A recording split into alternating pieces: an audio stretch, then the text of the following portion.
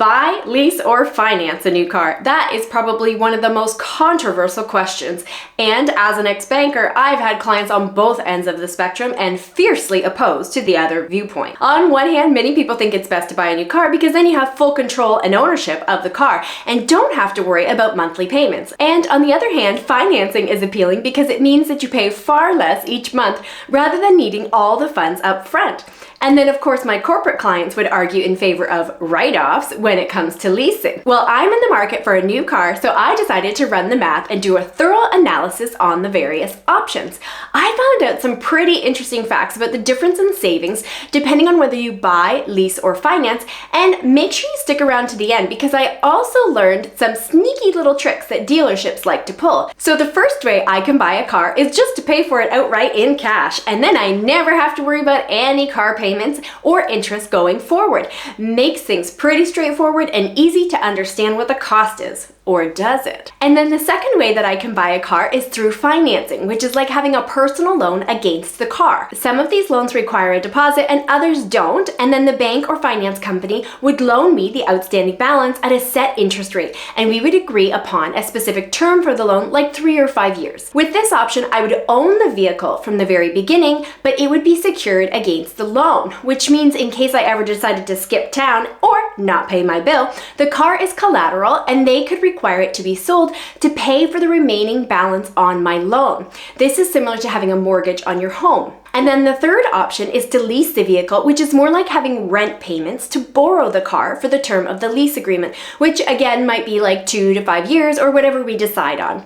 But just like renting a house, I would never actually own the car. The lease company owns the car and I'm just added to the ownership as a plate holder. So I would own a license plate. That's right, I'll pay hundreds of dollars a month and I get to own a license plate. Okay, I guess it's a little more than that if I get to drive a brand new car. And of course, at the end of the contract term, I'll have to return the car and I will have needed to stay within the agreed upon terms, like not going over a set amount of mileage and no dings or damage, since I don't actually own the car. This, however, is not true if I decide to own the car at the end of the lease. I'll get a buyout amount from the dealership and then decide to pay off the balance so I can actually keep the car. Sometimes this is especially a good option if there was damage to the car or significant mileage over agreed upon terms and they would require thousands of dollars to compensate them for it. When calculating the lease versus finance monthly payments, it's actually done differently because when you finance, you own the car and will need to make payments that will eventually pay off the car, the whole purchase price of the car, plus interest, of course. And the lease option, you're only paying rent, so it's only like paying a portion of the car, and we would generally consider that amount to be what it depreciates. And of course, like I mentioned before, with the lease option, I'll get a buyout amount at the end of the term and I can decide to own it if I wanted to,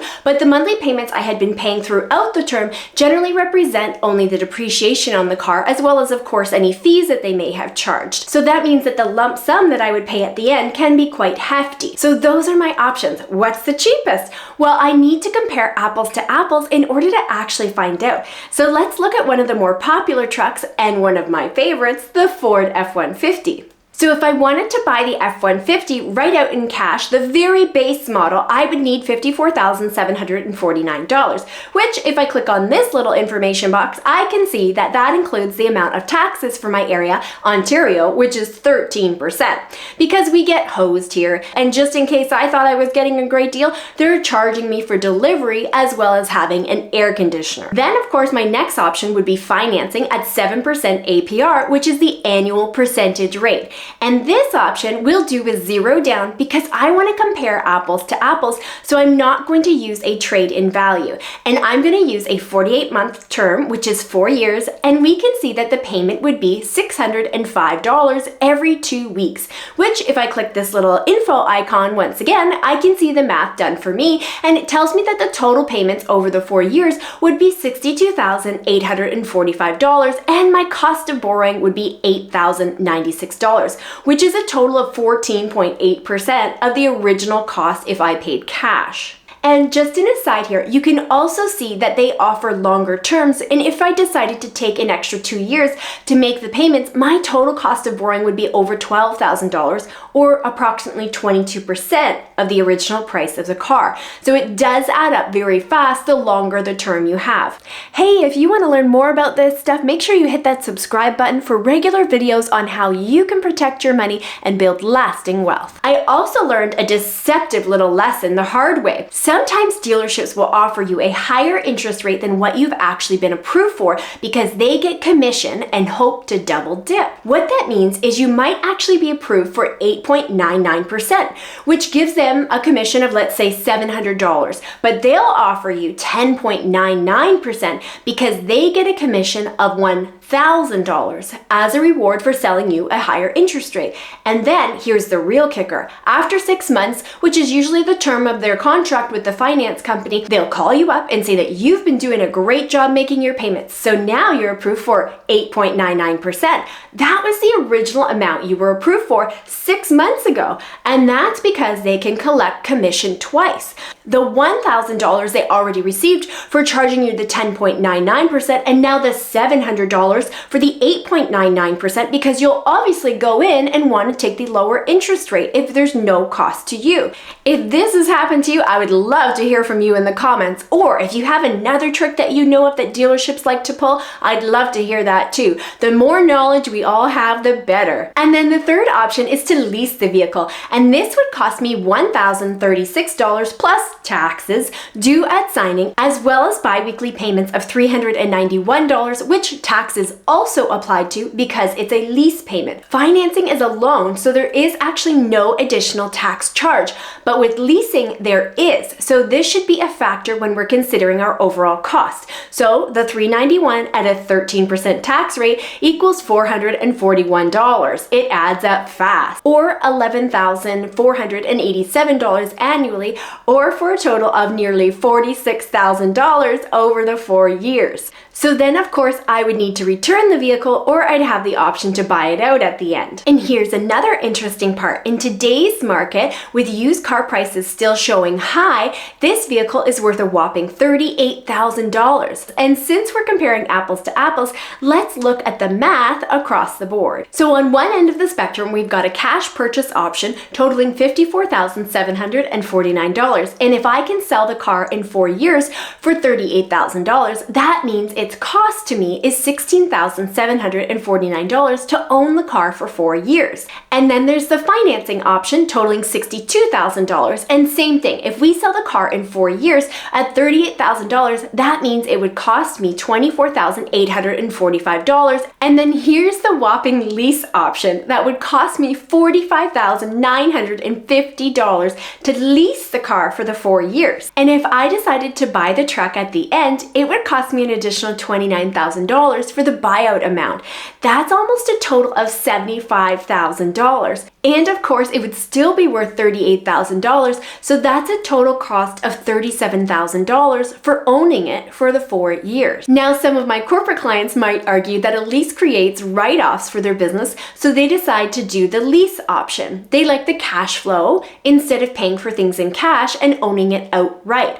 I actually had someone laugh out loud in my face when he asked if I paid cash for my cars. He laughed as he explained to me that it was all about cash flow and capturing write-offs. I just held my tongue as I wondered why on earth I would spend $1 to save 26 cents. It doesn't make sense.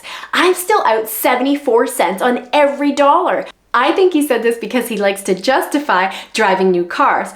Or it could really be that he doesn't actually understand what a write-off implies. Having extra expenses that decrease your profits means you no longer have the profit to reinvest in your business. It's not a good thing. It's decreasing your profit.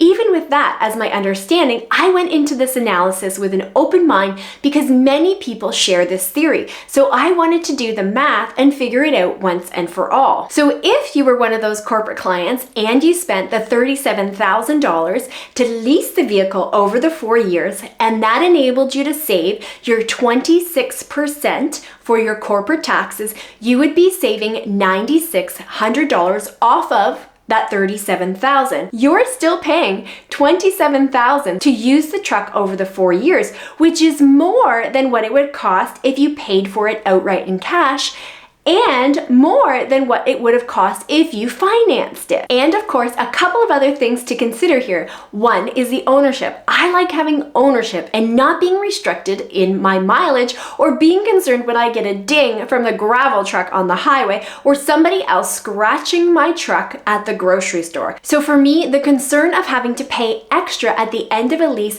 for extra mileage or dings or whatever else might happen while I own it would be enough to knock leasing off my list, particularly because it is an unknown or variable cost and it's out of my control. And then as I look over the financing option for the 4 years, the cost of borrowing is about $8,000, which works out to $2,000 per year. And I actually don't think it sounds too horrible, but it doesn't sound too appealing to me either since I don't love debt. And I'd rather do the cheapest cost. But wait, is buying it outright actually the cheapest cost? What about the opportunity cost if I chose to invest that initial $54,749 and just make monthly payments? What would be the cheapest option then? Check out my video on the opportunity cost of buying versus financing my new F-150. And if you found any value in this video, please give me a thumbs up and hit that subscribe button for more personal finance and investment videos. See you in the next video.